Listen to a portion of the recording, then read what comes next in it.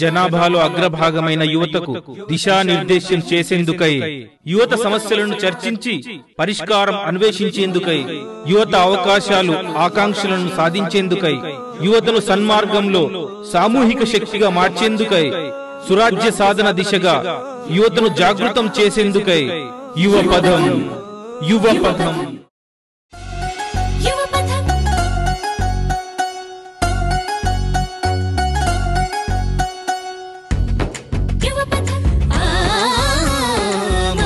సంబంధాలు మంట కలిసిపోతుంటే కళ్ళు మూసుకుంటున్న యువతి యువకుల్లారా, మనమే ఆ మానవులం, మనదంతా మనిషి కులం. మానవ సంబంధాలే మన గడకు బలం అన్నాడు కవిచలం.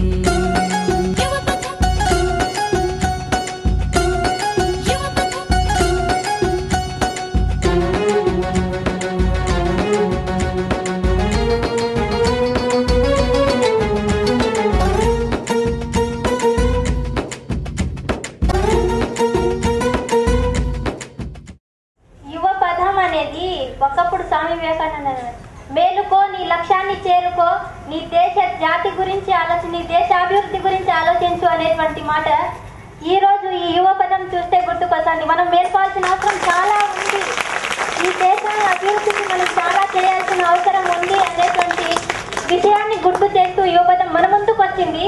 అటువంటి యువపదం అనేటువంటి యాత్రకు మనం సహకరించాల్సిన అవసరం చాలా ఉంది. సహకరించాల్సింది పోయి చాలా మంది వెళ్ళిపోతున్నారు, పిలుస్తున్నా కూడా రావట్లేదు. అది మీరు గుర్తించుకోవాల్సిన అవసరం ఏమంటే, మనము కూడా దీంట్లో పాల్గొంటే మనకు తెలియాల్సిన విషయాలు చాలా ఉన్నాయి అనేటువంటి విషయం మీరు గుర్తించుకోవాల్సి ఉంది.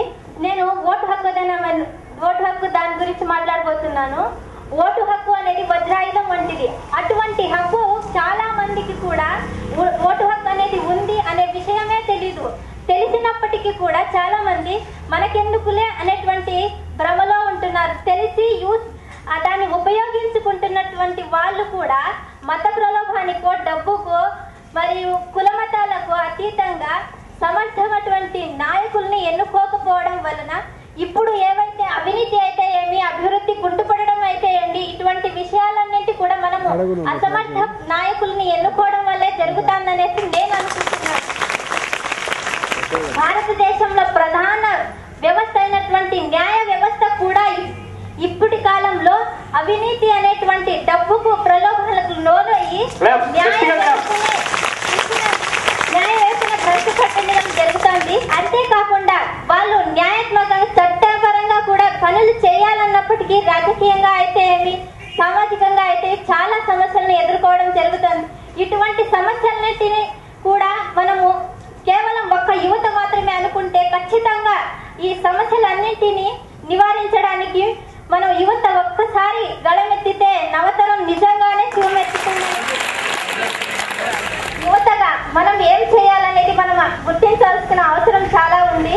అంతేకాకుండా స్వాతంత్రం వచ్చి 65 సంవత్సరాల పైన అయినప్పటికీ ఇప్పటి కాలంలో స్త్రీలు చాలా అభివృద్ధి చెందినప్పటికీ ఇంకా అభివృద్ధిలో రాలేదనే చెప్పాలి. ఎందుకంటే ఎక్కడంటే అక్కడ అరాచకాలు జరుగుతున్నాయి. స్త్రీలకు ఎందుకు జరుగుతుందనే విషయం పైన ఆలోచించాల్సిన ప్రతి అవసరం ఉంది. కాబట్టి మీరు మనకు యువత అనేటువంటి ఈ ప్రోగ్రామ్ ని కల్పించినందుకు సార్ గారికి ధన్యవాదాలు. దీనివల్ల మనం తెలుసుకోవాల్సిన అవసరం చాలా ఉంది. కాబట్టి మీరు చెప్పినటువంటి ప్రతి విషయం కూడా మా కాలేజ్ తరఫున అందరూ విని దాన్ని ఉపయోగించుకుంటారని అనుకుంటున్నాను sir. Thank you for giving.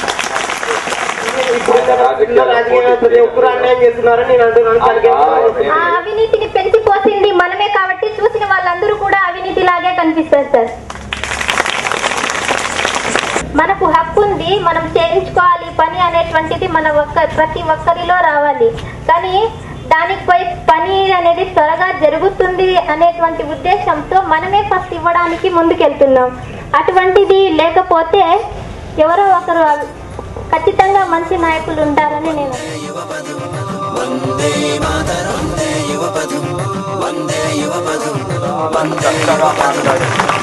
చాలా మంచి పాయింట్స్ చెప్పింది.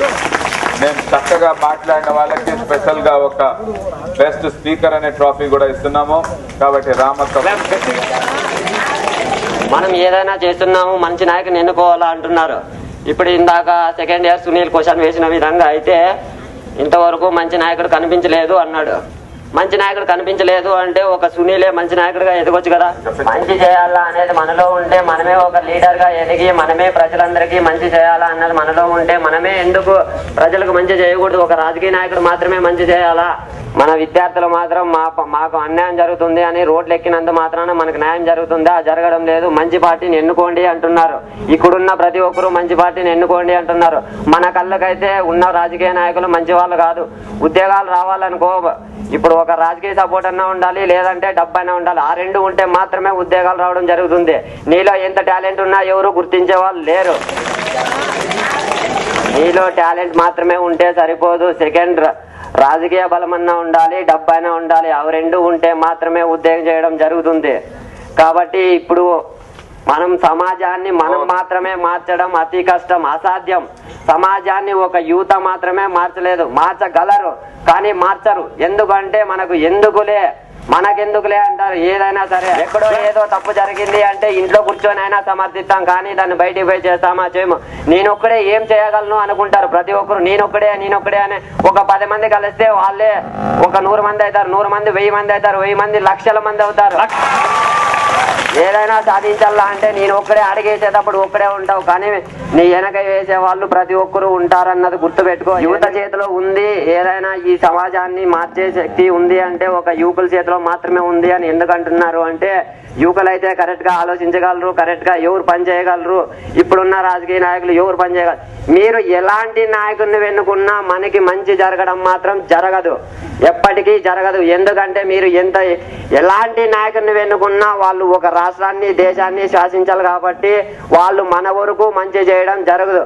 మనం పోరాటాలు చేస్తే మనకి కాదు మంచి జరిగేది, మన ముంద తరాలకి, మన పిల్లలు కావచ్చు, మన తమ్ములు కావచ్చు, మన అలవాటు క్లబ్.